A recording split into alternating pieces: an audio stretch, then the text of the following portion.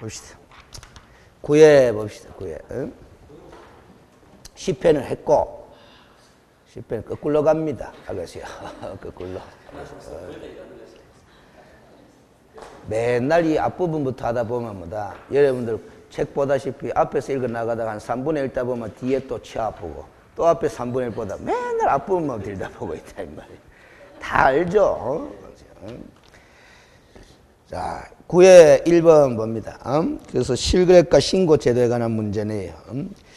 부동산 거래 신고 법령상 개업공인중개사가 부동산 거래의 신고 의무자일 경우에 누가 신고 의무자일 경우?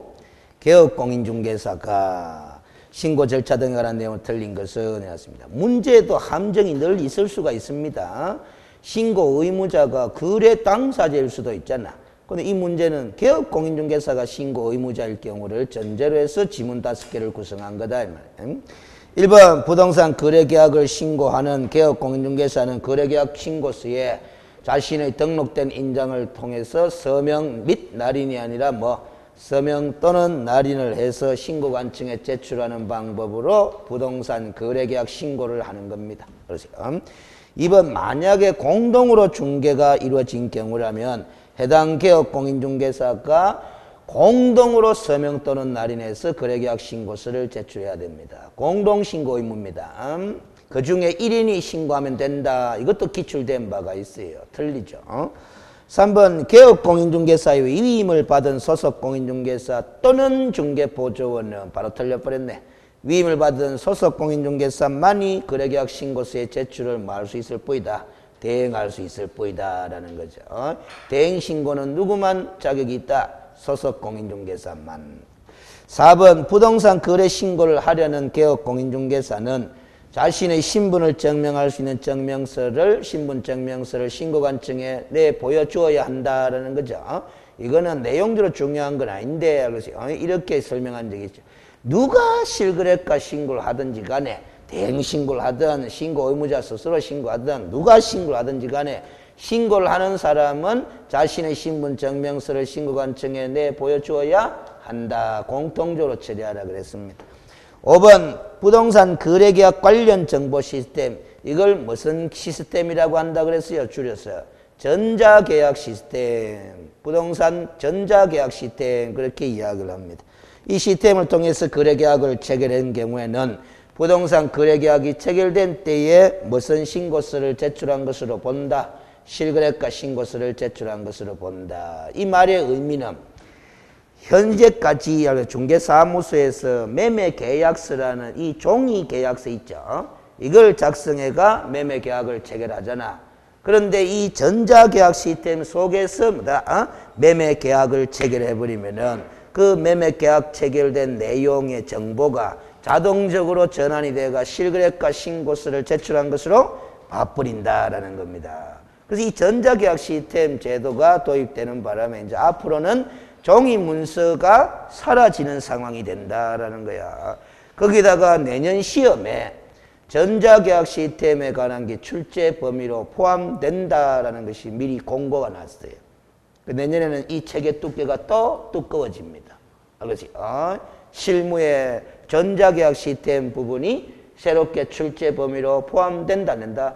된다라고 미리 공고가 났어요. 사전 공고가. 알겠습니까? 그래서 이제 한 문제 정도가 전자계약 시스템의 운용 방식에 대해서 시험 문제가 나올 걸로 예상이 되는데, 알겠어요? 내년에 이 기본서를 쓰는 학원 선생들이 어떻게 자료를 정리할지 사뭇 궁금해진다 이 말이야. 그 전자계약 시스템 홈페이지에 들어가면은 매뉴얼 정보가 수십 페이지 돼요. 그 수십 페이지를 정리를 잘 못하면 이 책 두께가 또 수십 페이지 늘어난다, 늘어난다라는 소리야. 근데 그 수십 페이지가 다 출제거리가 되는 건 아니거든요. 알겠습니까?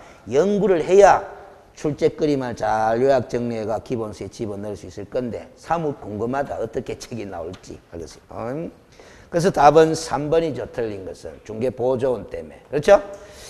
2번 부동산 거래신고 법령상 해제 신고할 수도 있는 규정이 있죠. 그리고 잘못 기재된 경우는 정정신청, 변경된 경우에는 변경신고에 관한 규정이 있습니다. 이 세 가지를 한꺼번에 물었다. 틀린 것은 1. 부동산 거래계약 신고서를 제출한 후에 해당 거래계약이 일이 될 수도 있다. 무효가 될 수도 있고 취소가 될 수도 있고 뭐 해제가 될 수도 있는데 그렇게 됐다라면 신고 의무자는 해제 등 신고서 하는 양식이 있어요. 그 해제 등 신고서에 서명 또는 날인해가 신고관청에 제출하는 방법으로 무슨 신고를 할 수 있다. 해제 등 신고를 할 수 있다. 이렇게 알고 있으면 됩니다. 그래서 그런데 2번이 이제 여기 문제라요. 5번 시험에 나올 가능성이 상당히 많습니다. 개업공인중개사가 해제 등 신고서를 제출할 수 있어가 제출하는 경우에는 이 거래 당사자가 해제를 했기 때문에 해제 신고하는 거잖아. 그러면 거래 당사자가 해제한 사실을 확인한다는 측면에서 뭐다? 당사자의 서명 또는 날인이 있어야 된다, 없어야 된다? 있어야 된다라는 규정이 있었어요. 그런데 작년에 법이 개정되면서 삭제가 돼버렸어. 알겠습니까? 왜? 현실적으로 해제한 거래 당사자의 서명 또는 날인을 받기가 쉽다, 어렵다? 어렵다라는 이 현실적인 사정을 감안해가 법을 개정하는 과정에서 우회버렸다? 삭제시켜버렸어요. 그러면 요거는 O다 X다? X 된다 말이지. 알겠어요? 과거에는 O다 X다? O 이 되는데. 알겠습니까? 해설을 봅니다. 해설을. 그러세요. 해설 2번 12페이지로 가봅니다. 보면은 해설의 2번 해설해 놨죠. 읽어볼게요. 부동산 거래 신고 이후 거래계약이 무효 취소 해제되어 개업공인중개사가 해제 등을 신고하는 경우 다만 다운표 놨잖아. 다만 개업공인중개사가 해제 등 신고서를 제출하는 경우에는 거래 당사자의 서명 또는 날인이 뭐 있어야 한다라는 단서 규정이 옛날 법에는 있었으나 개업공인중개사가 거래 신고를 하는 경우 당사자의 서명 날인을 생략하는 점, 해제된 거래계약에 대하여 거래 당사자의 서명 날인을 받기가 현실적으로 곤란하다는 점, 이런 점 등을 고려하여 개업공인중개사가 거래 당사자의 서명 날인 없이 거래계약 해제 등을 할 수 있도록 신고할 수 있도록 뭐 했다? 개정했다라는 겁니다. 2017년도 5월 달이 되잖아. 그러세요? 따끈따끈한 기다 말이야. 그러세요? 출제 가능성이 엿보이는 대부분이다. 대목이다. 됐죠? 다시 앞으로 갑니다. 3번 봅니다. 2번에 3번. 부동산 거래계약 시스템을 통하여 거래계약이 해제 등을 신고를 할 수도 있다 없다? 있습니다. 그 전자계약 시스템을 통해서도 왜 실거래가 신고할 수도 있지만은 해제 신고할 수도 있다 없다? 있다. 근데 없다 했기 때문에 X 됩니다. 답이 몇 개다? 2개다라는 소리입니다. 알겠어요? 제가 문제집을 만들면서 이런 문제집 처음 볼 겁니다. 왜냐하면은 문제를 만드는 필자가 아예 답을 2개로 만들어 놓나. 알겠어요? 객관식 문제집을 만들면서 답을 1개로 만들지 처음부터. 알겠어요? 왜 이렇게 2개를 만들어 놨느냐. 알겠어요? 개정된 상황을 알아라라는 의미에서 이렇게 해놓은 거예요. 알겠습니까? 그러니까 여러분들이 이 해설을 보지 않고 뭐다 이 문제를 딱 푼다면은 어찌됐든 답을 1개만 찾으려고 할 거다, 2개를 찾으려고 할 거다. 1개만 찾으려고. 그것도 여러분들이 실력이 부족한 거야. 실력이 확실하다면은 답이 2개다. 이 문제 잘못된 거 아이가 하면서 해설 볼 거다 이 말이에요. 봤더니만은 답이 2개 돼 있거든. 야, 역시 내 실력이 뛰어나구나. 이렇게 자신감 가지게 되는 거예요. 알겠습니까? 이게 뭐 실전 문제도 아닌데 답 2개면 어떨까 봐. 알겠습니까? 그런 기다. 4번 부동산 거래 신고 내용 중 거래 당사자의 주소가 휴대폰 번호라든가 전화번호라든가 주소라든가 이런 것들이 잘못 기재돼 버려요. 잘못 기재됐으면 무슨 신청할 수 있는 거다? 정정 신청할 수 있는 거다. 5번 거래 가격이 뭐에 대붙다? 변경돼 붙다 이 말이지. 무슨 신고할 수 있는 거다? 변경 신고할 수 있는 거다 이 말이지. 그래서 제가 강의할 때 정정 신청과 변경 신고는 뭐다? 문장을 읽어보고 끝에 뭐 된 경우 잘못 기재된 경우는 정정 신청, 변경된 경우는 뭐 변경 신고. 일단 이렇게 처리하시라 그랬습니다. 나중에 보면 그렇게 공부해도 안 풀리는 게 하나 있어. 알았어요? 연습시켜야 되거든. 3번 문제로 갑니다. 거래 신고 내용의 검증과 조사 등에 관한 설명이 틀린 것은 1. 개업공인중개사에게 신고를 하지 아니하게 하거나 거짓으로 신고하도록 요구한 자는 얼마? 500만 원 이하의 과태료 부과 대상이 됩니다. 알겠어요? 거짓 신고한 사람은 얼마예요? 취득가액의 100분의 5 이하에 상당한 금액의 과태료를 부과할 수 있는 거죠. 거짓 신고한 거는 100분의 5. 알겠어요? 거짓 신고를, 실거래가 신고를 하지 아니하게 하거나 거짓 신고하도록 요구한 사람은 얼마? 500만 원 과태료. 알겠어요? 2번, 누구는 국토교통부 장관은 거래가격 검증체계를 구축 운영해야 될 책무가 있습니다. 그리고 그 검증체계를 신고관청이 이용해가지고 활용해가지고 신고 내용의 적정성을 검증하도록 돼 있는 거지. 그래서 시도지사가 틀려버렸어. 알겠습니까? 검증 시스템의 구축은 누가 하고? 장관이 하고, 그걸 활용해가 신고 내용의 적정성을 검증하는 것은 누가 하고? 신고관청이 하고. 알겠습니까? 3번 신고관청은 그 검증 결과를 해당 부동산 소재지 관할하는 누구에게 통보하는 거다? 세무관세장에게 통보하고, 통보받은 세무관세장은 과세 자료로 활용할 수 있도록 조치를 취하는 거다. 4번 신고관청은 신고 내용의 사실 여부를 확인하기 위하여 소속 공무원으로 하여금 거래 당사자 또는 개업공인중개사에게, 즉 신고 의무자에게 관련 자료의 제출을 요구하는 등 필요한 조치를 취할 수도 있다 없다? 있다. 그러니까 필요한 조치를 이런 걸 취할 수 있죠. 거래대금 지급증명자료 가와봐. 거래대금 지급증명자료 외의 자료를 가와봐. 이렇게 요구할 수도 있다 없다? 있다. 그럼 거래대금 지급증명자료를 제출해라. 이렇게 요구를 했는데 제출하지 아니하거나 거짓으로 제출하게 되면 3천만 원 이하의 과태료 부과 대상이고, 거래대금 지급증명자료 외의 자료를 제출하지 아니하거나 거짓으로 제출하게 되면 얼마? 500만 원 이하의 과태료 부과 사유가 된다. 그렇게 이야기를 했습니다. 5번 신고관청은 신고 내용의 조사 결과를 시도지사에게 다 보고하게 되어 있습니다. 알겠습니까? 그러면 시도지사는 신고관청으로부터 보고된 사항을 취합을 합니다. 취합을 해가 매월 1회 누구한테 보고하게 되어 있는 거다? 국토교통부 장관에게 보고하게 되어 있는 거다라는 거죠. 그래서 단계적으로 봐봐요. 이 신고관청이 어디입니까? 신고관청이 어디입니까? 시군구청이잖아. 그래서 자기의 상급 행정기관인 시도지사에게 신고 내용의 조사 결과를 다 보고를 하면은 시도지사는 각 시군구에서 취합해가 올라온 걸 취합해가 보고된 걸 취합해서 매월 1회 누구한테 보고하는 거다? 국토교통부 장관한테 보고하는 절차를 밟도록 되어 있습니다. 4번 부동산 거래 신고 법령상 거래 당사자가 부동산 매매 계약에 관하여 신고해야 할 사항으로 틀린 것을 했는데 실거래가 신고사항이 아닌 걸 찾아라라는 소리라. 알겠어요? 그런데 문제의 함정이 있습니다. 함정 단어가 뭐예요? 문제의 함정이 있는데 함정이 어느 단어가 함정입니까? 거래 당사자가 하는 단어가 함정이야. 신고 의무자가 거래 당사자일 때 신고할 사항이 아닌 거. 그러면 1번 개업공인중개사 인적사항 및 중개사무소 개설 등록에 관한 사항이 답이 되는 거잖아요. 실거래가 신고 의무자가 누구도 지금 당사자다. 그럼 직거래했다는 거잖아요. 직거래했다면 개업공인중개사가 있다는 소리 없다는 소리? 없는데 뭘 인적사항 등록에 관한 사항을 신고하노 이 말이야. 그러면 개업공인중개사가 실거래가 신고할 때는 자신의 인적사항과 등록에 관한 사항도 신고사항에 속한다 안 속한다? 속한다라는 겁니다. 이 문제는 거래 당사자가 하는 그 단어를 개업공인중개사가로 바꿔버리면 답이 있다 없다? 없다라는 소리라요. 알겠습니까? 여러분들 이게 기본적으로 무너져 내려버리면 실거래가 신고 제도는 산만해져 버려요. 뭐? 무슨 거래? 직거래. 무슨 거래? 중개거래. 그것이요. 신고 대상이 되는 거래를 직거래했느냐 중개거래했느냐에 따라서 신고 의무자가 같다 다르다? 다르다라는 거잖아. 이 경우는 누가 신고하는 거다? 거래 당사자가 공동으로 신고하는 거잖아. 이 경우는 누가 신고하는 거다? 개업공인중개사가 신고하는 거잖아요. 신고 의무자가 달라요. 그럼 이 경우에는 개업공인중개사가 신고하게 되면은 거래 당사자는 신고 의무가 있다 없다? 없다라는 그게 출발 아닙니까? 그렇죠. 그러면 무슨 계약을 실거래가 신고하는 거다?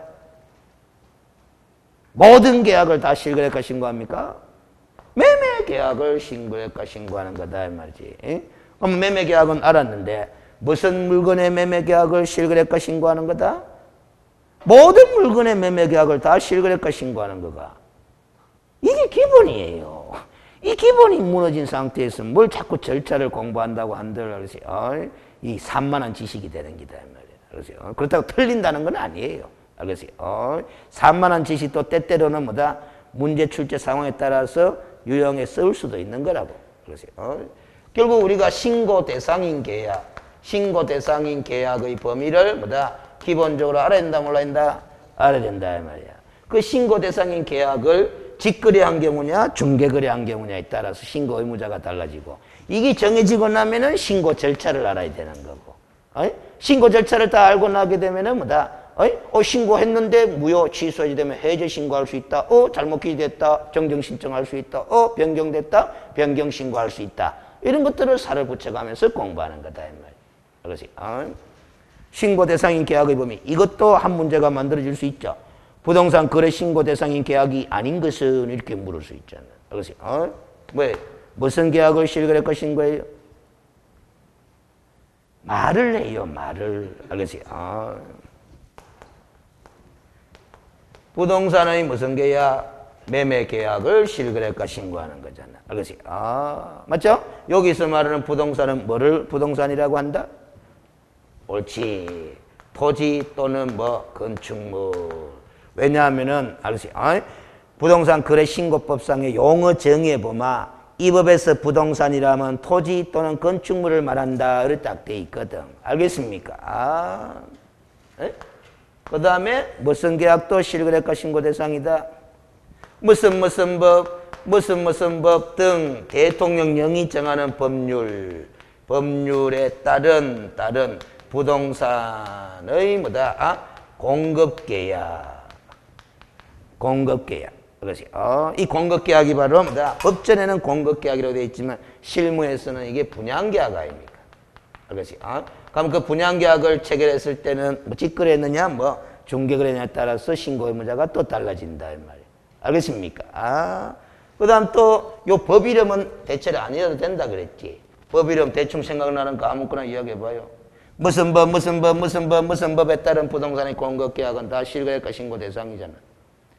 그래서 제가 법 이름을 다 일일이 정확하게 안 해도 좋은데 법 이름은 읽어보자 했잖아. 읽어보니까 이런 느낌은 받는다 그랬잖아. 이런 법들은 우리가 공부하지는 않았어도 느낌상 일정한 부동산을 공급하는 내용이 담겨져 있는 법이다 아니다.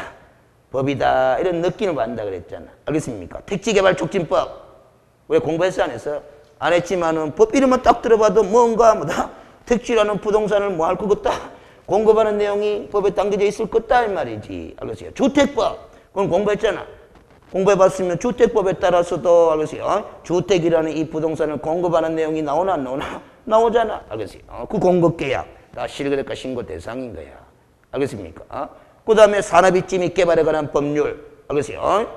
맞죠? 그 다음에 또 공공주택 특별법, 건축물의 분양에 관한 법률. 이런 법률들이 있잖아. 법 이름들 다 일일이 외울 필요는 없는데 그런 법의 느낌상 일정한 부동산을 공급하는 내용이 담겨져 있을 거다. 그 법에 따라서 공급되는 계약도 무슨 신고해라? 실거래가 신고해라 라는 소리입니다. 알겠습니까? 그 다음 세 번째 또 실거래가 신고해라? 자 봐봐요. 요 2번 있지? 요 2번의 공급계약을 체결했어. 이 공급계약도 실거래가 신고하지만 이 공급계약을 체결하게 되면은 권리를 취득했나 안 했나? 분양계약 체결하면 분양권 취득했나 안 했나? 했잖아요. 그러세요. 그 2번의 공급계약을 통하여 그러세요.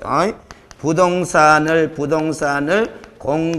공급받을 수 있는 지위가 확보됐나 안 됐나? 됐지? 그게 분양권인 거야. 그 지위에 무슨 계약? 매매 계약한다 이 말이지. 이 매매 계약은 그나마 현실에서는 분양 계약이라 그래요, 전매 계약이라 그래요. 현실에서는 분양권의 매매 계약 뭐고? 전매 계약 하잖아. 이건 전매 계약이다 이 말이야. 이 분양 계약이고. 알겠어요?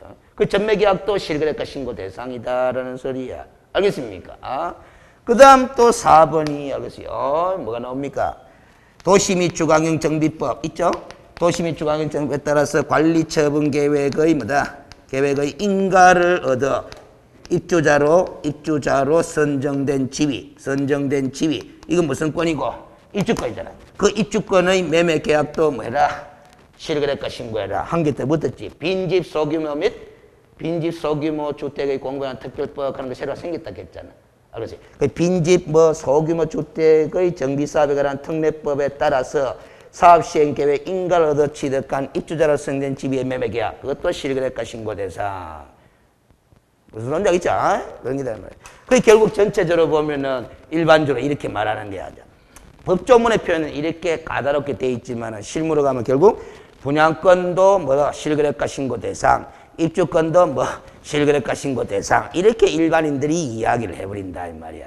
그러면 그렇게 일반인들이 이야기하는 표현에 따르면은 정확도가 떨어지는 거잖아요. 알겠습니까? 그런 게다 이 말이야. 항상 글을 안 읽은 사람이 주들어가 이야기하는 거 보면 다 정확도가 떨어져. 알겠어요? 그렇다고 그 내용이 엉터리 내용은 아니지만, 알겠어요? 분양권, 입주권 다 실거래가 신고 대상이다, 이다? 대상이다, 이 말이야. 그러니까 그 분양권의 매매계약, 전매계약도, 입주권의 매매계약도. 그러나 최초 공급계약, 분양계약도 무슨 신고 대상이다? 실거래가 신고 대상이다. 라는 소리잖아요. 알겠어요? 집에서 공부를 안 하는 눈빛이 보이기도 하고, 알겠어요? 그런 거다. 그 다음, 5번 문제 봐봐요. 변경신고서를 제출할 수 있는 사유를 모두 고른 것은 하면은, 변경 다 붙었나, 안 붙었나? 다 붙었지? 그 답 5번이라요. 알겠습니까? 그런 게다, 말이에요. 그런데 앞에 것도 한번 봅니다. 거래 가격의 변경, 조건 또는 기한의 변경, 면적의 변경, 잔금 지급일, 중도금 지급일의 변경, 이건 전부 다 변경신고 대상입니다. 근데 6번 문제가 이제 기출된 건 아닌데 살짝 제가 돌려치기 해놨어요. 그러면 정정신청할 수 있는 사유가 아닌 것을 모두 골라라 해놨잖아. 정정신청할 수 있는 사유가 아닌 것을 모두 골라라 해놨어. 기억은 변경돼 있죠? 그러면 니은, 뒷건, 리얼은 다 잘못 기재됐다 하잖아. 그럼 니은, 뒷건, 리얼은 정정신청 사유야. 기억은 변경신고 사유야. 그런데 답이 하나짜리가 없잖아. 그러면 미음 봐봐요. 미음도 모르죠. 거래대상 부동산 중 일부가 뭐 돼요? 제외돼요. 거래대상 부동산 등이 변경된 경우. 이것도 변경이잖아? 그럼 이 문제가 정정신청할 수 있는 사유로 명시된 경우가 아닌 것을 모두 골라라 해놨으니까 답은 몇 번이다? 기억과 미음이 된다 이 말이야. 알겠습니까? 그 거래대상 부동산 중 일부가 제외되어 거래대상 부동산 등이 뭐 된 경우 변경된. 이것도 변경 아닙니까? 그 변경신고사항이야. 근데 제외를 동그라미 쳐놓고 주의를 좀 하자 그래서 제외 기본서 강의할 때 알겠어요. 제외하는 말하고 이 단어하고 구별하라고 했잖아. 추가 또는 교체하는 말하고는 구별하라 그랬어. 알겠어요? 무슨 말인지 알죠? 추가 또는 교체되는 경우는 변경신고사항이다 아니다? 아니다. 그럼 정정신청사항도 아니다. 그럼 뭔 사항이냐? 법에 아무 말 없다. 그래서 현실적으로는 무슨 신고 대상이다? 재신고사항이다. 그렇게 이야기를 했다 이 말이야. 알겠습니까? 무슨 소리냐 했죠? 한 개의 부동산이 아니라 여러 개의 부동산을, 다수의 부동산을 함께 매매 거래하는 경우에 일부 부동산이 제외되는 경우는 변경신고만 하면 되지만은 추가되거나 뭐 되는 경우는 교체되는 경우에는 변경신고 사유가 아니에요. 재신고사항인데 우리 법에서는 재신고해라 하는 명문의 규정은 없어. 어찌됐든 정정신청할 사항도 아니고 변경신고할 사항도 아니기 때문에 현실적으로 많은 수밖에 없다. 재신고하는 수밖에 없어. 기존의 신고를 무슨 신고하고? 해제 신고하고. 알겠습니까? 그럴 수밖에 없다. 7번 부동산 거래 신고 등에 관한 법령상 개업공인중개사의 부동산 거래계약 신고서 작성 방법에 관한 설명이 틀린 것은 5번 시험에도 7번이나 8번 중에 한 문제가 나올 겁니다. 신고서 작성 방법에 관한 문제가 또 한 문제 나올 가능성이 상당히 농후합니다. 이 지문 10개를 통해서 조금 눈여겨봐둡니다. 1번, 7번, 1번 거래대상 종류가 공급계약. 이거 공급계약. 제가 관로 안에 뭐라고 적어놨다? 분양계약 적어놨잖아. 그리고 전매계약 해놨는데 분양권, 입주권인 경우 적어놨는 게. 결국 분양권과 입주권의 매매계약이 결국 전매계약 아닙니까? 그렇죠? 물건별 거래가격 및 총 실제 거래가격에 머선세를 포함한 금액을 적는다.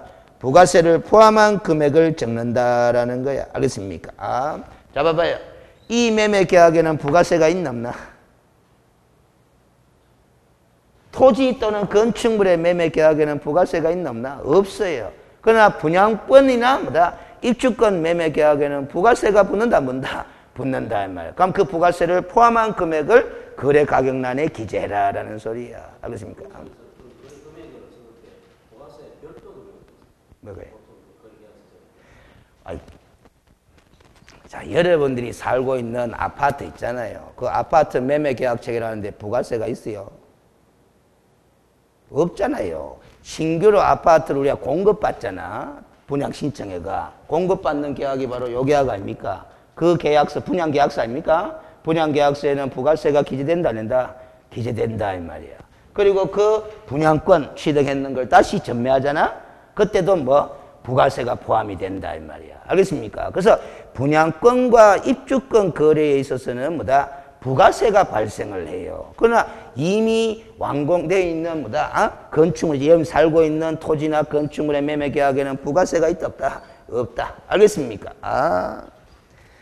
그 다음 2번에 외국인이 부동산 등을 매수하는 경우에는 매수 용도란에 용도 중에 어느 하나에 이렇게 체크 표시를 해가 신고서를 작성해라. 레저 용도인지, 주거 용도인지, 상업 용도인지 그런 걸 표시해라라는 겁니다. 알겠어요? 이런 7번과 지금 8번 문제를 다뤄보는데 자신감이 없는 수험생들은 뭐를 꼭 봐야 된다? 기본수에 뭐를 봐야 된다? 거래계약 신고서 서식을 봐야 되는 거예요. 지금 서식 작성 방법에 관한 문제인데 서식을 봐야 자신감이 붙는 거야. 알겠습니까? 우리가 이 과목 시험 문제에서 서식을 묻는 문제가 나온다, 안 나온다? 나온다. 그 서식을 묻는 문제는 자, 무슨 서식을 시험 문제 낸다 그랬어요? 이 과목에서. 일반 중개계약서, 전속중개계약서, 그 다음 뭐, 중개대상물 확인 설명서 1, 2, 3, 4. 알겠어요? 그 다음 무슨 서? 부동산 거래계약 신고서. 이 서식을 묻는다, 이 말이에요. 알겠습니까? 매매계약서는 묻는다, 묻는다? 물을 수가 없어. 왜? 법정 서식이 있다, 없다? 없다, 이 말이야. 국토교통부 장관은 거래계약에 관한 표준된 서식을 정하여 이의 사용을 권장할 수 있다 해놨고, 권장하는 서식 만들어 놓은 거 있다, 없다? 없다. 알겠어요? 그러니까 매매계약서 서식은 물을 게 없어요. 알겠어요? 묻는다고 하면은 이렇게밖에 못 물어. 개업공인중개사가 거래계약서를 작성할 때 주의할 사항으로 볼 수 없는 것은 이런 식으로 물어볼 수밖에 없는데, 이런 것처럼 알겠어요? 법정 서식인 거래계약 신고서처럼 서식의 구체적인 작성 방법을 묻는 문제는 못 물어. 알겠습니까? 그래서 이 과목 공부할 때 서식이 눈에 확 보여야 돼. 지금 내가 이야기했는 게. 일반 중개계약서 지금 눈에 보인다, 안 보인다? 보여야 돼. 눈앞에. 전속중개계약서도 확인 설명서도 보여야 돼. 알겠습니까? 분명히 이번 시험에도 나옵니다. 서식은. 알겠어요? 가르쳐줬는데도 또 대비 안 하고 말이지. 알겠어요? 틀리면 곤란해. 그 다음 3번 자금 조달 및 입주 계획란은 투기과열지구에 소재한 주택으로서 실제 거래 가격이 3억 원 이상인 주택을 거래하는 경우와 그 밖의 경우로 구분하여 표시를 한다라는 겁니다. 알겠어요? 그래서 이거는 무슨 소리냐 하면은 자금 조달 및 입주 계획은 적어 넣는 난이 있는데 이거는 모든 실거래가 신고 시에 다 적어 넣는 게 아니에요. 뭘 때만 적어 넣는 거다? 투기과열지구에 소재한 주택으로서 실거래 가격이 얼마 이상인 주택일 때만 3억 원 이상인 주택의 매매 계약을 체결했을 때 실거래가 신고할 때만 자금 조달 및 입주 계획을 신고하는 거다 이 말이야. 알겠습니까? 안 되겠다. 또 해설을 가봐야 된다 이 말이지. 알겠어요? 몇 페이지를 가느냐? 12페이지를 봐요. 알겠어요? 12페이지에 보면은 4번 문제 보라고. 4번 문제에 1, 2, 3, 4, 5, 6, 7 가면서 적어놓은 게 있죠? 이게 바로 실거래가 신고사항이거든. 거기에 5의 2, 5의 3 한번 읽어봐요. 5의 2, 거래대상 주택의 취득에 필요한 자금 조달 계획 5의 3 거래주 대상 주택의 매수자 본인이 입주할지 여부와 입주 예정 시기 이게 입주 계획이거든. 그렇지? 이 5의 2와 5의 3은 오른쪽 12페이지 제일 위에 봐봐요. 제일 위에 당구장을 읽어봐. 5의 2, 5의 3은 주택법 63조에 따라 지정된 투기과열지구에 소유하는 주택으로서 실제 거래가격이 3억 원 이상인 주택의 거래계약을 체결한 경우에만 적용합니다. 이렇게 나왔잖아. 알겠습니까? 그러면 이런 주택이 거래가 아니면 해당 없음 하면서 체크 표시하면 되는 거야. 어이? 자금 조달 입주 계획을 적어놓는 난에 보면 해당 사항이 없으면 거기다 체크 다 하면 된다. 이 소리입니다. 알겠어요? 그 지금 눈앞에 부동산 거래계약 신고서 양식이 어른어른이 그래야 뭔가 이게 머릿속에 싹 들어오는데. 알겠어요? 그 양식은 사진 찍다시피 해가 좀 뚫어지게 보시라 그랬잖아. 알겠어요? 3페이지로 다시 되돌아갑니다. 7번에 4번 공급계약은 분양계약 아닙니까? 분양계약은 시행사 또는 건축주 등이 최초로 부동산을 공급하는 계약을 말한다. 이 말. 최초 공급계약이다. 이 말. 분양계약이. 알겠습니까? 준공 전과 준공 후 계약 여부에 따라 표시를 해라라는 겁니다. 우리가 봐봐요. 준공 후 분양이 있고 뭐다? 준공 전 분양이 있잖아. 현실적으로는 대부분 뭐다? 준공 전에 분양을 하지만은 뭐 건축물이 다 완공되고 난 다음에 사후에 분양하는 수도 있다 없다. 그 여부에 따라서 표시를 하라라는 소리입니다. 알겠습니까? 여러분들 분양 신청회가 당첨이 되고 나면은 이제 뭐다? 계약서 작성해야 안 해요? 하죠? 할 때 그 계약서 제일 위에 제목이 분양계약서라고 나옵니까? 공급계약서라고 나옵니까? 공급계약서 이 제목이 딱 적힌다. 그걸 실무에서 사람들이 뭐다? 분양계약 이렇게 썼지. 알겠습니까? 그러니까 이 공부하는데 어떨 때 보면 이게 참 양날의 칼이라 할 수도 있는데, 알겠어요? 현실에서 사용하는 용어 있잖아. 법에서 쓰는 표현 말고 현실에서 사용하는 그 표현들이 너무 익숙해져 있는 바람에 공부하는데 방해가 되는 경우가 종종 있다 없다? 있다라는 소리입니다. 알겠어요? 그때 그게 또 도움되는 부분도 있는데 사실은. 알겠어요? 글을 읽으면 그게 정리가 되는데. 알겠어요? 5번 질문 봅니다. 물건별 거래가격란에는 최초 공급계약 또는 전매계약의 경우 공급가격을 기재하되 프리미엄 등 공급가격을 초과하는 금액도 함께 기재를 해야 된다. 프리미엄도 기재한다. 그렇게 이야기를 했잖아. 알겠어요? 거기 틀려버렸다. 8번 거래계약 신고서 작성하는 사람이 어려운 것은 계약 대상 면적을 적어놓을 때는 실제 거래 면적을 계산해서 적는데 건축물의 면적은 집합 건축물일 수도 있고 뭐 일반 건축물일 수도 있거든. 집합 건축물일 경우에는 연면적을 적는 것이 아니라 뭐 전용 면적을 기재하고 그 밖에 건축물일 때는 연면적을 기재합니다. 2번 총 실제 거래 가격란에는 전체 거래 가격을 적는데 관로를 봐야 됩니다. 둘 이상의 부동산을 함께 거래하는 경우 각각의 부동산별 거래 가격을 합계 금액을 적는다. 옵니다. 알겠어요? 각각의 부동산별 거래 가격의 합산된 금액을 총 거래 가격란에 적는다. 옵니다.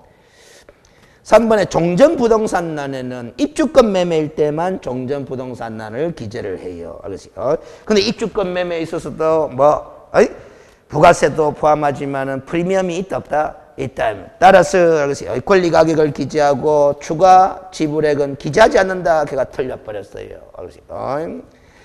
4번 소재지는 아파트 등 집합 건축물의 경우에도 지번까지만 적으면 되는 것이 아니고 집합 건축물의 경우에는 뭐까지 적어라? 동호수까지 기재하여야 한다.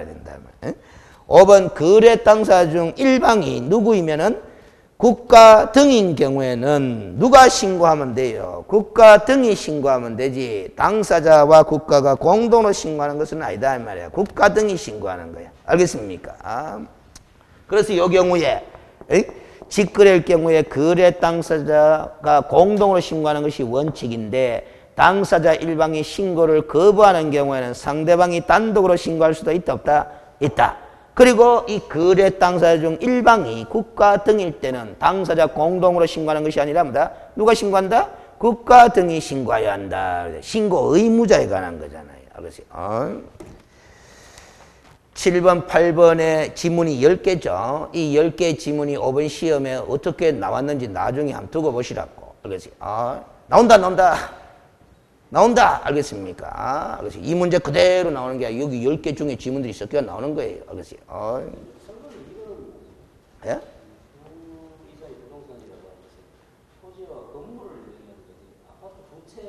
뭐가? 어디요? 8번에 2번. 자, 봐봐요. 거래계약 신고서 양식에 보면은, 거래 가격을 적는 난이 몇 군데나 나온다? 3군데나 나와요. 물건별 거래 가격을 적는 난이 있고, 이 2번 지문은 총 실제 거래 가격 난이라고 되어 있잖아. 그러면 이제 2개 이상의 부동산을 한꺼번에 거래를 하게 되면은, 각각의 물건별 거래 금액을 따로 기재하는 거예요. 어디에는? 물건별 거래 가격란에는. 그러나 이 2번 지문에는 총 실제 거래 가격란이라고 되어 있잖아. 거기에는 각 물건별의 거래 가격을 합친다 안 합친다? 합친 금액을 적어 넣는 거다 이 말이에요. 그렇지?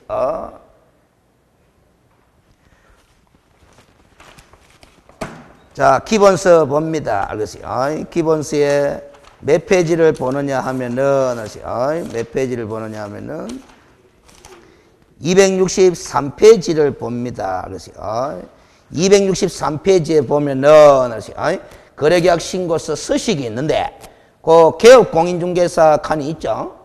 그 밑에 보니까 거래대상 칸이 있지? 있죠? 거래대상 오른쪽에 보니까 6번, 7번, 8번이 있나 없나? 있죠? 그 8번을 봐봐요. 8번에 무슨 가격이라고 돼 있노? 물건별 거래 가격이라고 돼 있다 이 말이야. 여기에는 각각의 물건별 거래 가격을 따로따로 적어 넣는 거예요. 근데 그 밑에 9번은 무슨 가격? 총 실제 거래 가격이다. 총 실제 거래 가격란에는 각각의 물건별 거래 가격을 합친 금액을 여기에 적는 거다라는 소리야. 알겠습니까? 그리고 또 거래 가격을 적는 란이 또 어디에도 있어요? 10번에 종전부동산 옆에 보면 또 거래 금액 하는 게 있나 없나? 있잖아? 이 거래 금액은 종전부동산 칸에 나오는 거잖아? 종전부동산란은 무슨 건 매매일 때만 기재하는 거다.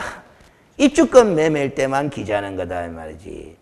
무슨 말인지 알겠죠? 그래서 제가 아까 부동산 거래계약 신고서에 거래 금액을 적는 란이 몇 군데나 나온다? 3군데나 나온다 그랬잖아요. 알겠어요? 무슨 소리인지 알겠지? 어느 란 하는 거. 그런 걸 잘 구별해서 보셔야 된다 이 말이에요. 알겠어요? 됐습니까? 그 다음에 이제 다시 문제로 오면은 8번에 2번은 총 실제 거래 가격 난 이렇게 돼 있잖아. 알겠어요? 총 실제 거래 가격 난 이렇게 돼 있잖아. 종전 부동산 난 이것도 아니고 물건별 거래 금액 난 이것도 아니고 알겠어요? 총 실제 거래 가격 난 이렇게 돼 있기 때문에 각각의 부동산별 거래 가격의 합계 금액을 적는다. 이래 된다 이 말이에요. 그렇지? 그러니까 이게 포인트야. 거래 가격을 적는 난이 몇 군데나 있다? 3군데나 있다라는 거. 그 점을 생각하면서 어느 란에 걸 지문으로 만들어냈느냐를 봐야 돼요. 그렇지? 다음 9번 문제로 갑니다. 부동산 거래 신고에 대한 내용으로 틀린 것은 했는데 1. 거래 당사자를 대행하여 신고하는 자는 위임한 거래 당사자의 자필 서명이 있는 위임장과 위임한 거래 당사자의 신분증명서 사본을 첨부해서 실거래가 신고한다. 아주 중요합니다. 이 1번 지문은 물어볼게요. 1번 지문은 직거래한 경우입니까? 중개거래한 경우입니까? 직거래한 거지. 알겠어요? 직거래한 거니까 누구를 대행하여 신고한다 합니까? 거래 당사자를 대행하여 신고한다 하잖아. 그러니까 이게 무너져 내려버리면 글이 제대로 안 읽힌다 이 말이에요. 알겠습니까? 그럼 만약에 알겠어요? 요 거래 당사자를 대행하여 이 단어 있잖아? 이걸 제가 바꿔볼게요. 개업공인중개사를 대행하여 신고하는 자는 개업공인중개사를 대행하여 신고하는 자는 위임한 개업공인중개사의 자필 서명이 있는 위임장과 위임한 개업공인중개사의 신분증명서 사본을 첨부해야 한다. 이렇게 보면 O다 X다. X가 돼요. 개업공인중개사를 대행해서 누가 신고합니까? 소속공인중개사가. 소속공인중개사가 대행 신고할 때 첨부하는 서류 있어 없어? 없어요. 알겠어요?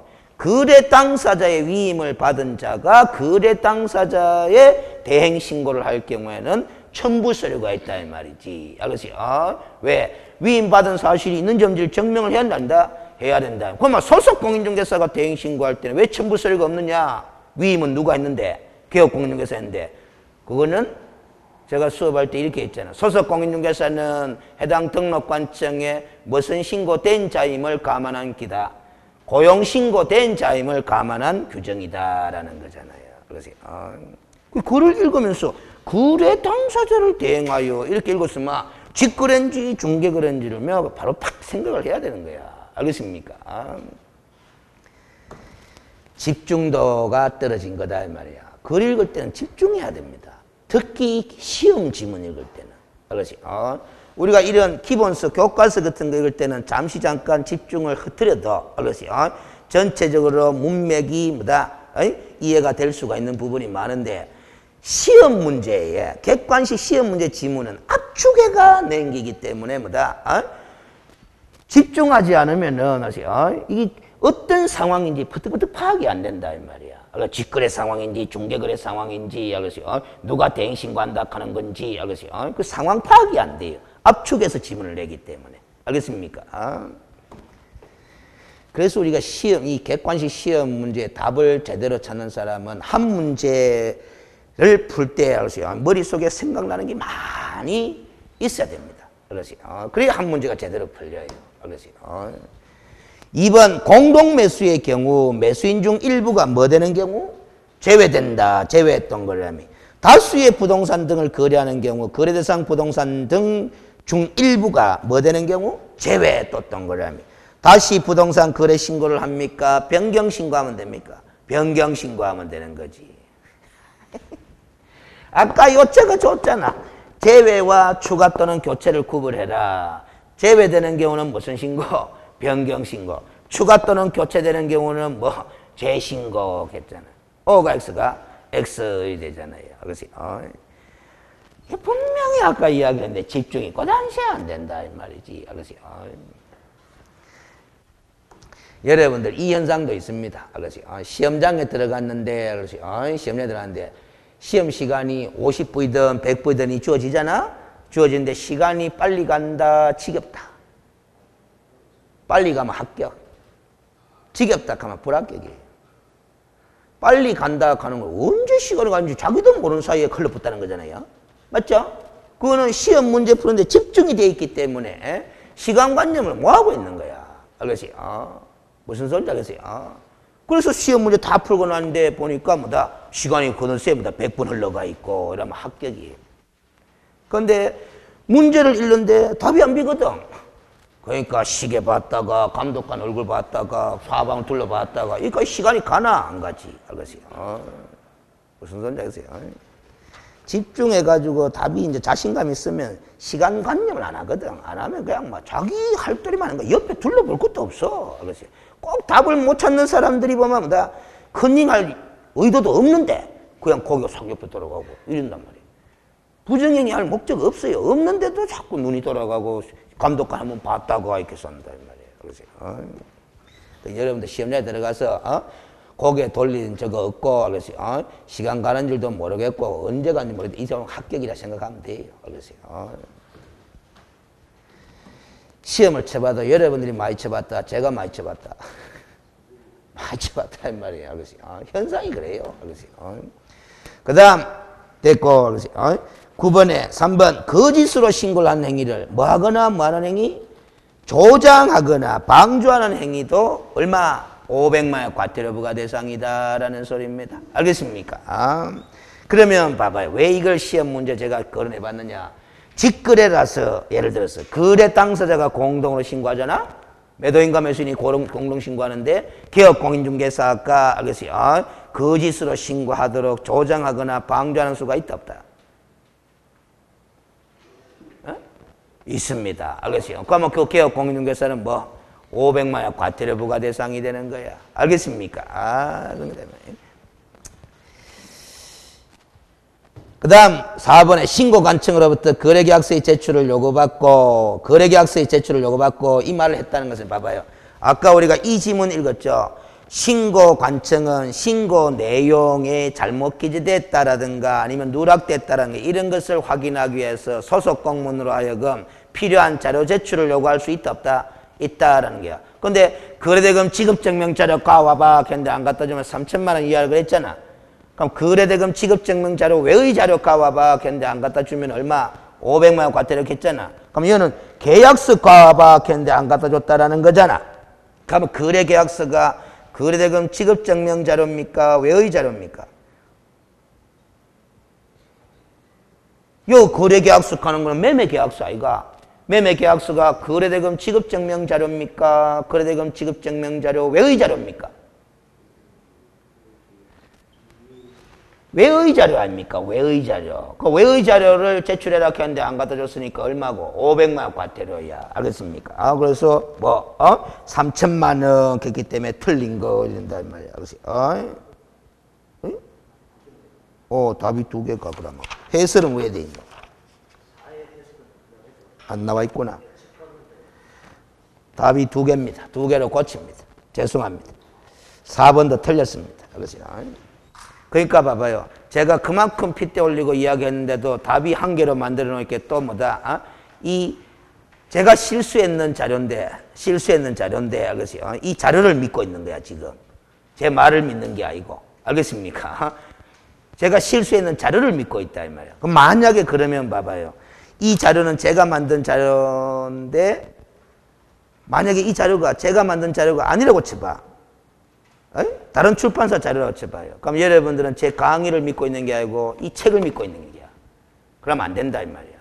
저도 책 만들면서 뭐다 실수할 수 있는 기다 없는 기다 있는 기다 하면 고쳐드리잖아. 알겠어요?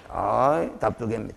제가 수업할 때 이렇게 했죠? 자 봐봐요. 여기서 말하는 거래계약서는 매매계약서인데 매매계약서에는 거래 금액이 적혀져 있다 안 적혀져 있다? 적혀져 있다 이 말이야. 그러면 거래 금액이 얼마다 하는 것만 증명이 될 뿐이지 그 얼마의 거래 금액이 실제 지급이 됐나 안 됐나는 증명한다 뭐 한다? 자, 제가 이 매매계약서가 있어요. 이 매매계약서가 있는데 이 매매계약서에 매매 금액이 1억이 돼 있어. 그 1억을 갖다가 실제 매도인한테 지급했는지 안 했는지는 이 매매계약서 갖고 증명이 되나 안 되나? 안 되잖아. 그럼 거래대금 봐봐요. 거래대금 지급 증명 자료 하잖아. 무슨 증명 자료? 지급 증명 자료. 이거 매매 계약서는 지급이 증명이 되나? 안 되잖아요. 그러면 지급 증명 자료 외의 자료가 되는 거야. 외의 자료. 거래 계약서는. 그럼 거래 계약서는 외의 자료이기 때문에 외의 자료 가와봐 했는데 안 갖다 주면 얼마? 500만 원 과태료다. 그래서 실수. 알겠습니까? 문제 만들면서 뭐다? 아마 답을 뭐다? 2번으로 만들어 놨는데도 불구하고 4번 지문을 내가 타이핑 치면서 알겠어요. 4번을 틀리게 만들어야 되겠다. 걔가 3천을 집어넣은 것 같아요. 그렇게 하다 보니까 고마 2번에서 틀리게 만든 걸 깜빡 잊어버렸어. 그 답이 두 개가 된 것 같습니다. 제가 문제 만들 때의 상황을 떠올려보면 그래. 알겠어요. 답 두 개입니다. 2번도 틀렸고 그렇지. 4번도 틀렸습니다. 5번 신고 의무자가 아닌 자가 거짓으로 신고를 한 경우에 자, 신고 의무자가 거짓으로 신고하든 아닌 자가 뭐다 거짓으로 신고하든 거짓 신고는 다 얼마? 취득가액의 100분의 5 이하에 상당한 금액의 과태료 부과 대상입니다. 알겠어요? 그래서 답을 두 개로 처리하시면 됩니다. 10번 이것도 아주 중요한 내용들만 5개를 모아놨어요. 부동산 거래 신고와 관련한 법률상 의제에 관한 설명으로 틀린 것은 의제하는 것은 간주 아닙니까? 1. 외국인 등이 부동산 거래 신고를 한 경우에는 외국인 등의 부동산 등 취득 신고를 별도로 할 필요 있다 없다? 없다. 알겠어요? 없다. 아까 봐봐요. 부동산 거래계약 신고서 작성 방법 문제에서 외국인의 부동산 매수 용도를 표시한다 하잖아. 그래서 외국인이 부동산을 취득하게 되면은 그것이 실거래가 신고 대상인 계약이라면 실거래가 신고를 함으로써 외국인 등의 부동산 취득 신고는 별도로 한다는다? 안 한다라는 소리입니다. 2번 토지거래 허가 구역 내 토지에 대한 허가를 받은 경우에는 외국인 등의 토지거래 허가를 별도로 받을 필요가 있다 없다? 없다라는 소리입니다. 알겠어요? 제가 이렇게 강의한 적이 있죠. 토지거래 허가 구역으로 지정된 토지는 사전에 허가 받아야 되잖아. 근데 이놈의 토지를 외국인이 또 뭐다? 계약 체결해가 취득하는데 거기 또 해필이면 문화재 보호구역이야. 알겠지? 그러면 토지 거래 허가 대상도 되고 외국인 토지 취득 허가 대상도 되면은 두 허가를 다 받는다. 둘 중에 하나만 받는다. 둘 중에 하나만 받는다. 아무거나 받아도 된다라는 소리입니다. 알겠습니까? 그래서 토지 거래 허가 구역의 토지에 대한 허가를 받았기 때문에 외국인 등의 토지 거래 허가는 별도로 받을 필요가 없다라는 소리입니다. 알겠지? 또 안 되겠다. 알겠지? 몇 페이지를 또 본다. 알겠지?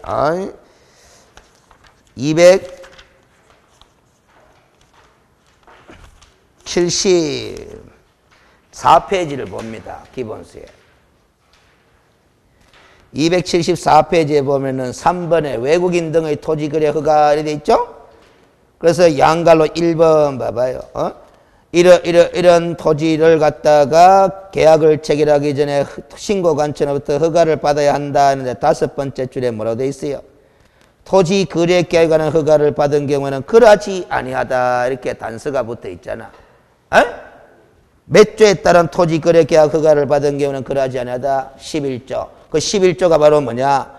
장관이나 시도지사가 지정한 토지 거래 허가 구역이다 이 말이야. 알겠습니까? 토지 거래 허가 구역으로 지정된 토지에 대해서 외국인 등이 계약을 체결해가 취득하게 되면은 알겠습니까? 이 토지 거래 허가를 받은 경우는 외국인 등의 토지 취득 허가는 별도로 받을 필요 있다는 소리 없다는 소리? 없다는 소리다. 그것이 참 어렵다. 칠판 봅니다. 그것이 휴전선 일대가 무슨 보호구역이다? 군사시설 보호구역이다 이 말이에요. 알겠지? 군사시설 보호구역이다 이 말이지. 알겠습니까? 맞죠? 그런데 이것이 알겠어요. 해제될 예정이야.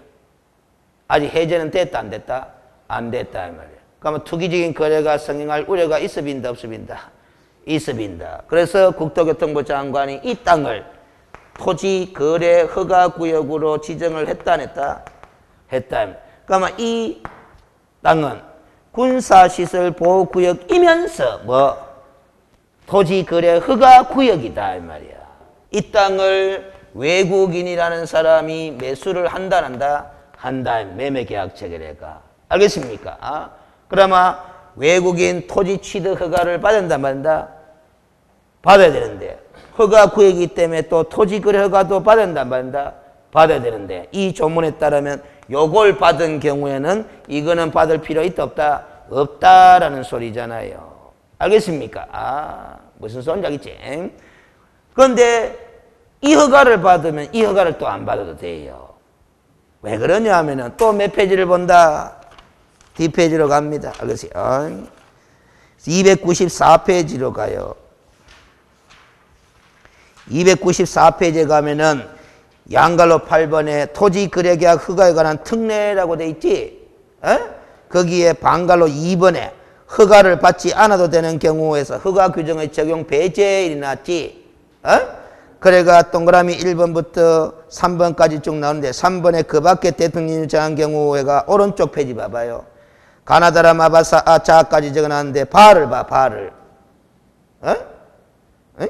부동산 거래 신고 등에 관한 법률 제9조에 따라 외국인 등이 토지 취득 허가를 받은 경우 이 토지 거래 허가 구역에 관한 규정을 적용한다 안 한다? 안 한다라는 소리잖아.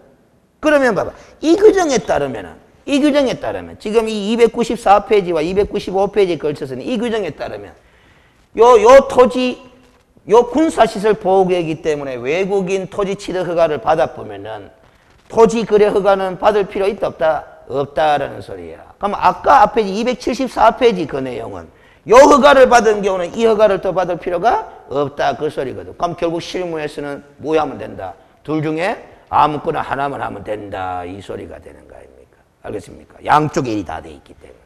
무슨 소리인지 알겠죠? 그 다음 문제집으로 되돌아옵니다. 10번 문제에 3번 토지 거래 허가 구역 내 토지에 대한 허가를 받은 경우에는 부동산 거래 신고를 하지 않아도 된다는데 틀려버렸죠. 이 토지거래 허가구역이라 가지고 사전에 허가받아가 매매계약체계를 한 다음에 매매계약체로부터 또 60일 이내에 무슨 신고해야 된다? 실거래가 신고를 해야 되는 거잖아요. 토지거래 허가구역 제도하고 부동산 실거래가 신고 제도하고 취지가 같은 기다 다른 기다? 다른 기다라는 겁니다. 알겠습니까? 그러면 봐봐요. 실무상으로 이리 되잖아. 이 토지거래 허가구역 내 토지를 여러분들이 취득하잖아? 그러면 사전에 뭐부터 받고? 토지거래 허가부터 받고 무슨 계약 체결을 하고 매매 계약 체결을 한 다음에 며칠 이내에 60일 이내에 무슨 신고하고 실거래가 신고하마. 여기까지 딱 왔어. 절차가. 그러면 여러분들 손에 무슨 정이 다 있노? 토지거래 허가증, 그 다음 뭐 부동산 거래 신고 필증 두 증이 있죠? 이 두 증을 갖고 여러분들이 매수했을 거 아닙니까?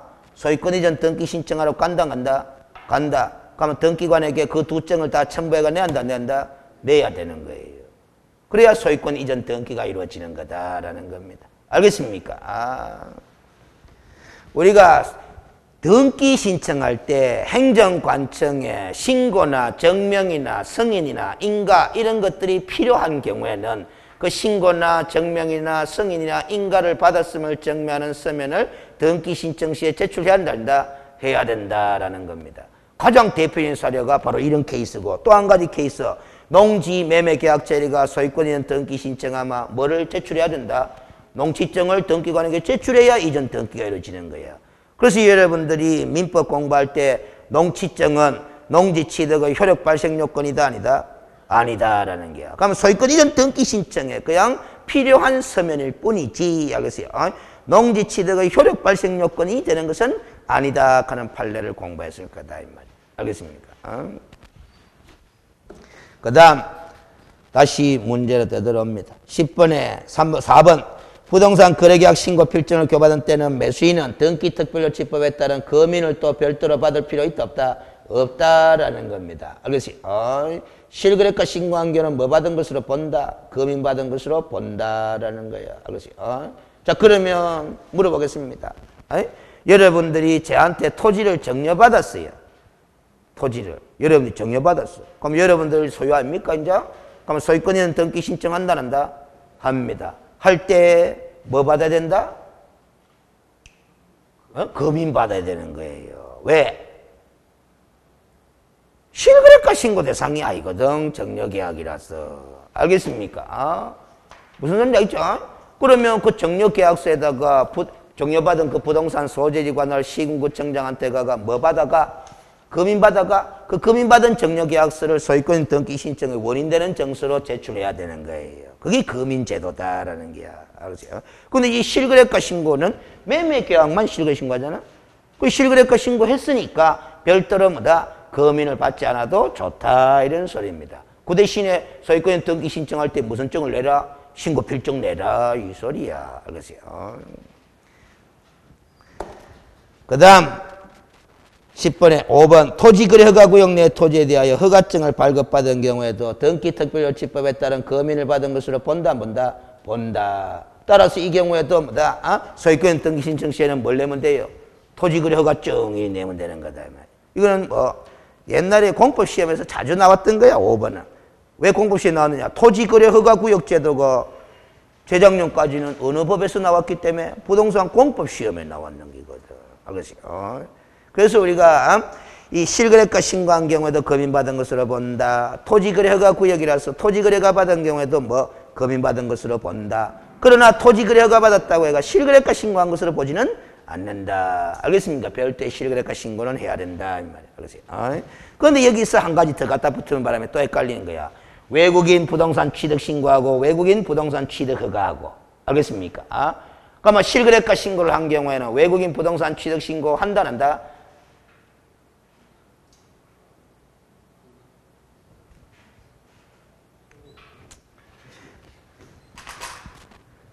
여러분들이 한 단계를 머릿속에서 생각만 해주면 쉽잖아요. 부동산 실거래가 신고는 봐봐요. 기본적으로 매매 계약이잖아. 그럼 매도인이 있을 거고 매수인이 있을 건데 이 두 사람이 직거래했으면 공동으로 신고하는 거잖아. 근데 요놈의 매수인이 해필이면 외국인이라고 생각하면 될까 이가? 그럼 이놈이 외국인이든 한국 사람이든 간에 실거래가 신고 하나 안 하나? 해야 되잖아요. 근데 해필이면 뭐다? 외국인이라는 거예요. 그러면 외국인 취득 신고 또 해야 되나? 이런 논란이 생기잖아. 한다 안 한다? 안 한다. 그 소리잖아요. 알겠지? 무슨 소리인지 알겠지? 근데 요놈의 실거래가 신고 대상이 되는 부동산이 해필이면 뭐다? 군사시설 보호구역 토지다 이 말이야. 군사시설 보호구역이다 이 말이에요. 알겠습니까? 그러면 요 매수인이 외국인이 아니라 치자. 에? 그냥 한국 사람이래. 알겠어요? 근데 군사시설 보호구역이래. 알겠어요? 그 땅을 취득한대요. 알겠어요? 무슨 자치 계약체결해가 허가받는 것도 아니다. 아니다. 뭐 하면 된다. 실거래가 신고하면 되는 거야. 그럼 끝이에요. 알겠어요? 그런데 해필은 요놈의 매수인이 뭐다? 외국인이더라. 근데 무슨 땅이다? 군사시설 보호구역이더라. 라는 거야. 그렇죠? 그럼 외국인 토지 취득 허가 받아야 된다, 말된다? 받아야 된다라는 겁니다. 알겠습니까? 허가 대상 지역 아닙니까? 알겠어요? 그런데 요놈의 땅이 해필은 또 토지거래 허가구로 지정되어 있더라, 이 말이지. 알겠어요? 맞죠? 그럼 이게 외국인이 아니라 치자, 이 말이야. 한국 사람의 치자, 이 말이야. 뭐 받아야 돼요? 토지거래 허가 받아야 되지, 뭐. 알겠어요? 토지거래가 받아가 매매계약 체결하고 무슨 신고해야 되노? 실거래가 신고해야 되는 거지, 뭐. 근데 해필이면 외국인이래, 그게. 알겠어요? 그럼 뭐 받아야 되노? 토지거래 허가를 받든 아니면 뭐다? 외국인 토지 취득 허가를 받든 둘 중에 하나 받아가 또 무슨 신고해야 된다? 실거래가 신고해야 되는 거야. 알겠습니까? 그렇게 사례를 바꿔보면 되잖아. 머릿속에서. 알겠어요? 그 공부가 많이 되면은 머릿속에서 뭐다? 뭐가 이 상황이 만들어지잖아요. 알겠어요? 상황이. 알겠어요? 자, 그 다음 됐고, 알겠어요? 10번까지 했네. 좀 쉬다가 또 합시다. 알겠어요? 쉬다.